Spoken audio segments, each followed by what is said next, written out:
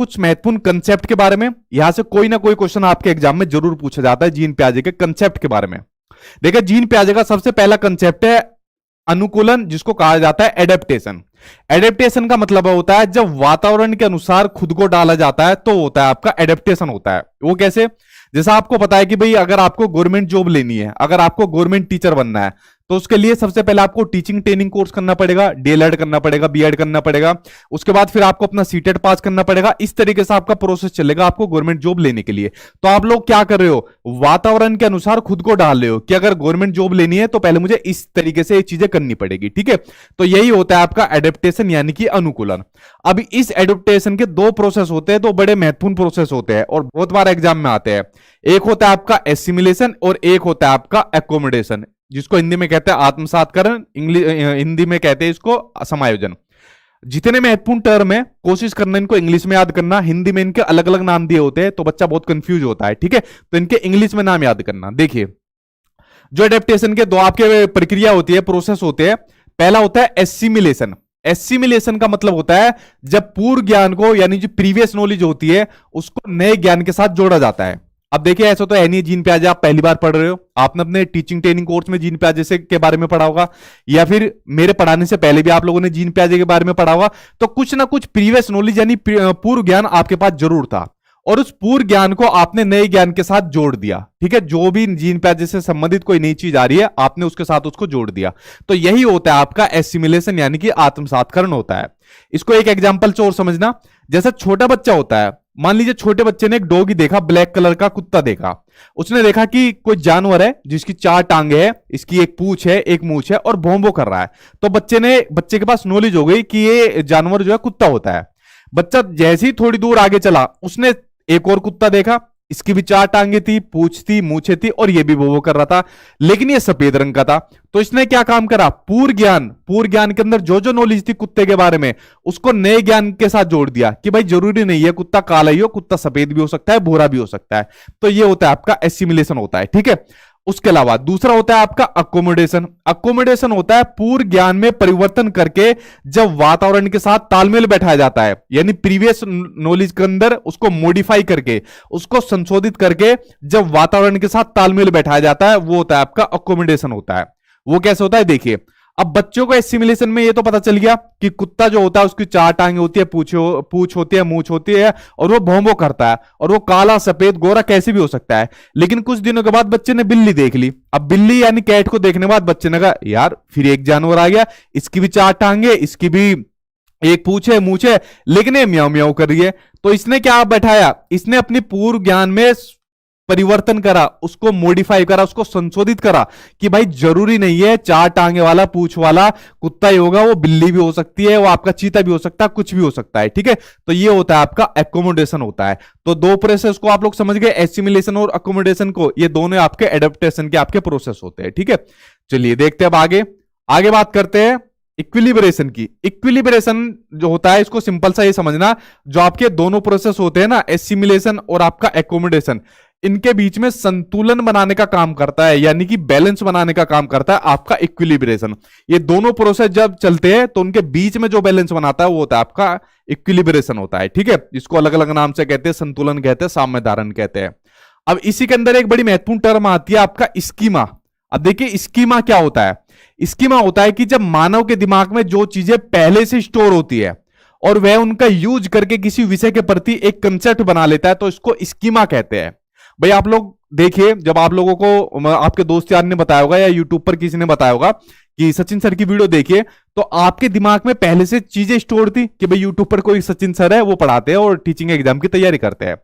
तो आपके दिमाग में पहले से चीज स्टोर थी, लेकिन इन्हीं इंफॉर्मेशन का यूज करके आपने किसी विषय के प्रति यानी मेरे प्रति एक कंसेप्ट बना लिया कि यार ये हमारे सचिन सर है, ऐसे दिखते हैं, ठीक है, अच्छी खासी इनकी बॉडी भी दिख रही है, हैंडसम जैसे दिखते हैं और पढ़ाते बहुत बढ़िया है, ठीक है। ये तो मैं जनरली कह रहा हूं, ठीक, वैसे करके तो आपने मेरे बारे में बहुत सारे कंसेप्ट बना लिए, ठीक है, किस तरीके से पढ़ाते हैं, ऐसे एग्जाम्पल देते हैं, अपने नोट्स देते हैं, फलाना फलाना। तो देखिए जो चीज नॉलेज आपके पास पहले से पता थी आप लोगों को मेरे बारे में, उसी का यूज करके आपने मेरे प्रति एक कंसेप्ट बना लिया, तो यही होता है स्कीमा होता है।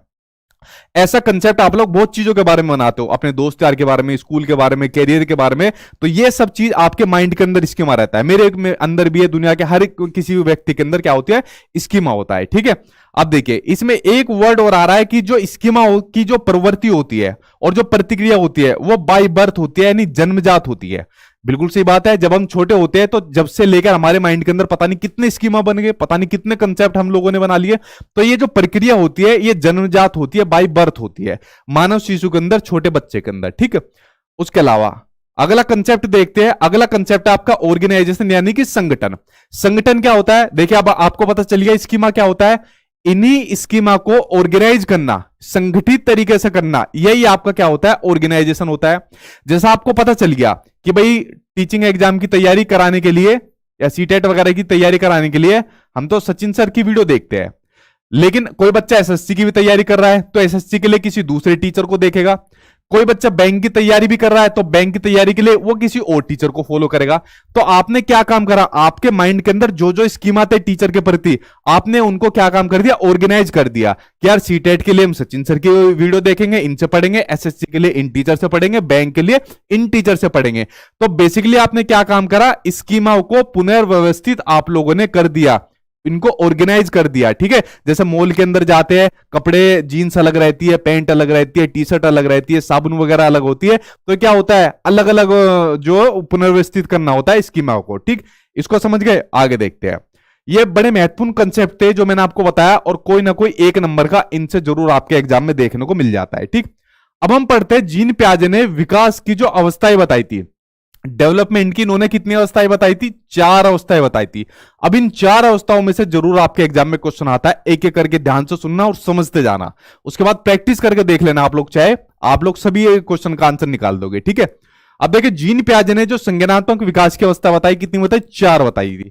वो देखिए वो कैसे होता है, ये तो आपको पता चलिए जीन पियाजे का क्या मानना था कि जैसे जैसे बच्चा बड़ा होता जाता है, जैसे जैसे उसकी उम्र बढ़ती जाती है, मैच्योर होता जाता है, वैसे वैसे बच्चे का विकास भी होता रहता है। ठीक है, अब देखिए इसके अंदर इन्होंने जो अपनी पहली स्टेज बताई थी वो बताई थी आपकी सेंसरी मोटर स्टेज।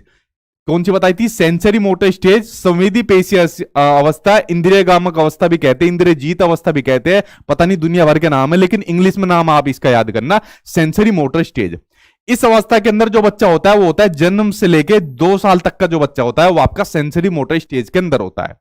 और इसमें जो बच्चा चीजें सीखता है वो अपने सेंसरी ऑर्गन के थ्रू सीखता है, यानी अपनी ज्ञानेंद्रियों के माध्यम से सीखता है। 2 साल तक का बच्चा, ज्ञानेंद्रिय कौन कौन सी होती है, आंख होती है, कान होती है, नाक होती है, हमारी स्किन होती है और जीभ होती है। 5 सेंसरी ऑर्गन होते हैं हमारे, जिसके माध्यम से बच्चा चीजों को सीखता है। ठीक है, 2 साल तक का बच्चा, और कोई तरीका नहीं होता उसके पास, हम लोगों ने भी ऐसी सीखी थी।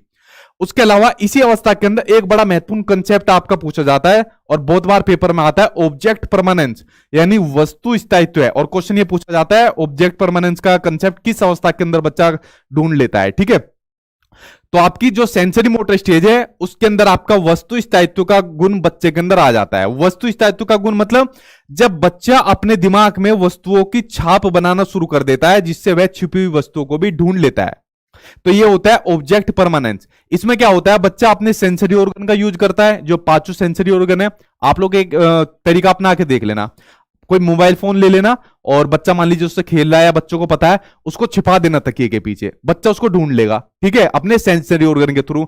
अगर आप लोगों के पास कोई चाबी है, घर की चाबी है, बाइक की, गाड़ी की चाबी है, उसको आपने आज कहीं पर रख दिया, बच्चे के सामने रख दिया, कल आप लोग भूल सकते हो, बच्चा उसको नहीं भूल सकता, बच्चा बता देगा इशारे से कि यहां पर चाबी है। ठीक है, तो बच्चा जितनी भी चीजें सीखता है अपने सेंसरी ऑर्गन के माध्यम से सीखता है, और जो वस्तु स्थायित्व का गुण होता है, ऑब्जेक्ट परमानेंस का गुण है, वो बच्चे का अंदर इस स्टेज के अंदर आ जाता है। ठीक है, ये बड़ा महत्वपूर्ण कंसेप्ट है जो आपका इस स्टेज के अंदर होता है। उसके अलावा दूसरी स्टेज हो जाती है आपकी प्री ऑपरेशनल स्टेज, जिसको कहा जाता है पूर्व संक्रियात्मक अवस्था। अब बच्चा हो गया 2 साल से लेकर 7 साल तक का बच्चा हो गया, जो बच्चे की उम्र है वो 2 साल से लेकर 7 साल तक की है।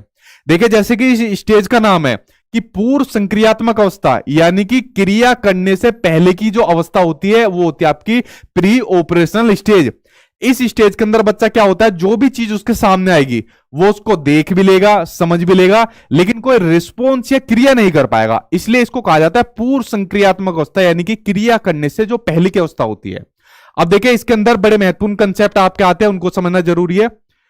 ये पहला आ गया आपका सिंबल से जुड़ा हुआ, जो पिछली बार सीटेट का ऑनलाइन एग्जाम हुआ है उसमें कई बार क्वेश्चन आपके सिंबल से पूछा गया था, वरना इससे पहले जितनी बार भी सीटेट हुआ है मेरे ख्याल से 1-2 बार ही आया है, वरना पिछली बार ऑनलाइन में हद कर दी थी कि जो सिंबल्स प्रतीकों का विकास है किस अवस्था के अंदर हो जाता है। देखिए इसमें क्या होता है प्री ऑपरेशनल स्टेज के अंदर, इसमें बच्चा जो प्रतीक होते हैं, जो सिंबल्स होते हैं, इनका यूज करने में निपुण हो जाता है। कैसे? अब मान लीजिए 2 साल से लेकर 7 साल तक का बच्चा है,